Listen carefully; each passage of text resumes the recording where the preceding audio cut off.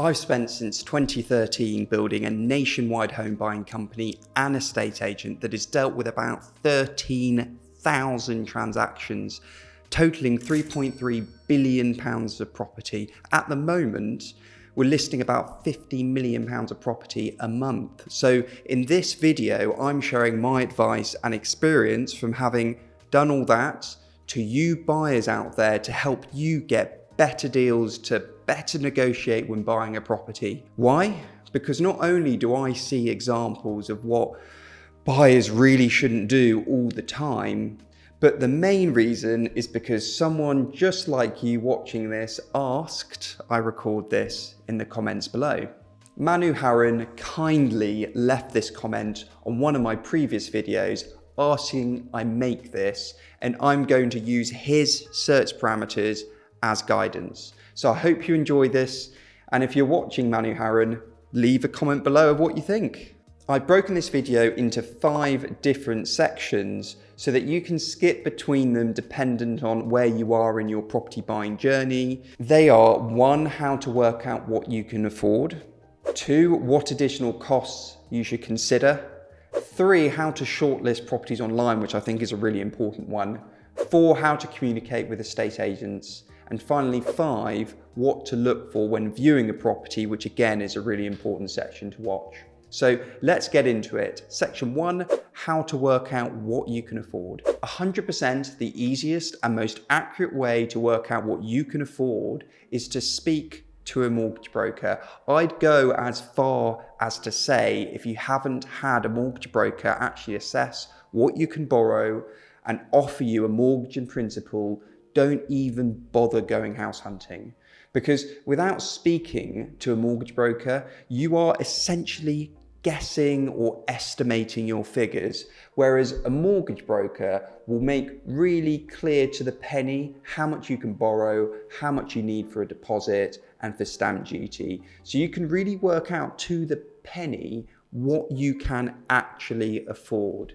There are also other advantages to it as well. Firstly, estate agents will love the fact you have a mortgage in principle in place because it really shows you're serious, prepared, committed. And secondly, a mortgage broker will look at the whole of the market to assess all the mortgages available to you and put forward the ones best for you, cheapest for you. Whereas if you walk into a high street bank, for instance, they're of course only going to offer the mortgage products that they offer, and most of the time they're more expensive. If you're not sure who to use, I've left links in the description below to mine. They're who I use, who my customers use. They're brilliant, and there is no cost to get this sort of initial expert advice to figure out what your budget is. So there really is no excuse. If you absolutely want to get an idea of what you can borrow in 60 seconds, Money Supermarket have a great affordability calculator online you can use. So as an example for you, Manu Haran, hopefully watching this, assuming you have an income of £47,000 with no credit card debts, no dependents, it's estimating you could borrow about £211,000. So if you add a deposit of say £25,000, you could buy something for about £235,000. And you can see your monthly payments are then going to be roughly £980 a month. But again, this is why it's really good to speak to an actual mortgage broker, because they'll be able to give you a far clearer idea of what you can specifically borrow in your specific circumstances. Section 2, what additional costs should you consider? The main additional costs are firstly stamp duty. So you can see here, if you're buying a property under £250,000, there is no stamp duty. If you're buying a second home or buying it as an investment, you would of course need to add that extra 3% stamp duty to all of these figures. But importantly, if you're a first-time buyer, you pay no stamp duty up to £425,000, then you pay 5% up to 625. If you're buying a property over the value of 625, then there is no stamp duty relief, unfortunately, and you just have to pay the standard amount. So for you, Manu Haran, no stamp duty to consider if your budget is £235,000. The second main additional cost is going to be your legal fees. Again, in the description below, I've got links to my conveyances, and you can enter your details and get a no obligation quote online. But if I use Manu Harun as an example, buying a £235,000 home, for the solicitor fee, you're going to be looking at about £1,100. But when you then include all your additional fees and disbursements, you're looking about £1,900. A hot tip when choosing solicitors, make sure you use a no sell, no fee solicitor. So mine are no sell, no fee, but the majority out there actually aren't. The majority will charge fixed fees. So you end up either paying money up front, or if you're buying something and it falls through, you're then still left with a bill. And often solicitors will only give you a quote for their fees. They won't add the disbursements. So make sure you get a full quote. Other than stamp duty and legal fees, the only other cost you need to consider is the actual cost of moving your stuff into your new home. Also worth having a little bit of money left over, just in case your new home has any unexpected repair bills, which, trust me, does happen. Section 3, how to shortlist properties online. As a buyer, your best advantage is to notice opportunities others don't. And I'm going to explain exactly how you do that. Firstly, you need to search for properties higher than your actual budget. So if your budget is £235,000, I'd generally add about 15% to that figure and search for property to that level. So in this instance, search for property up to the value of 270. The reason for this is there are 3 types of property on the market at any one time. They are properties that are overpriced.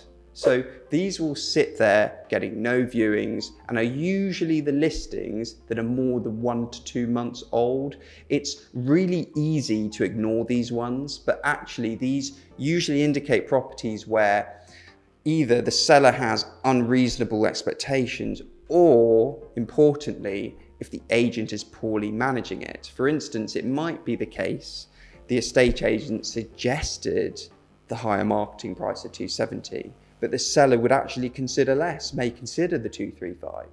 Or, of course, it could be the case the sellers insisted they want the 270, but either way, you don't know unless you contact the agent and ask a question a bit like this. I've noticed this property has been on the market for a while. If I had a budget of 235, is that something the seller may consider?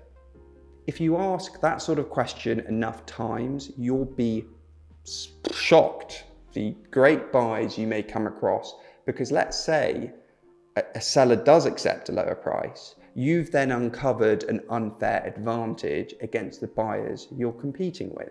Because if the seller had marketed their property at the lower price, it is very, very likely other buyers would, of course, noticed that and would have been competing with you on making offers. So track properties on a spreadsheet.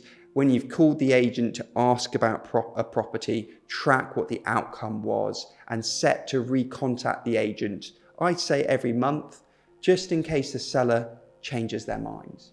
The next type of property is properties that are sold subject to contract. These are your mile markers. These show you right now what competing buyers are roughly willing to pay based on the marketing price. And it can be easy to ignore these properties.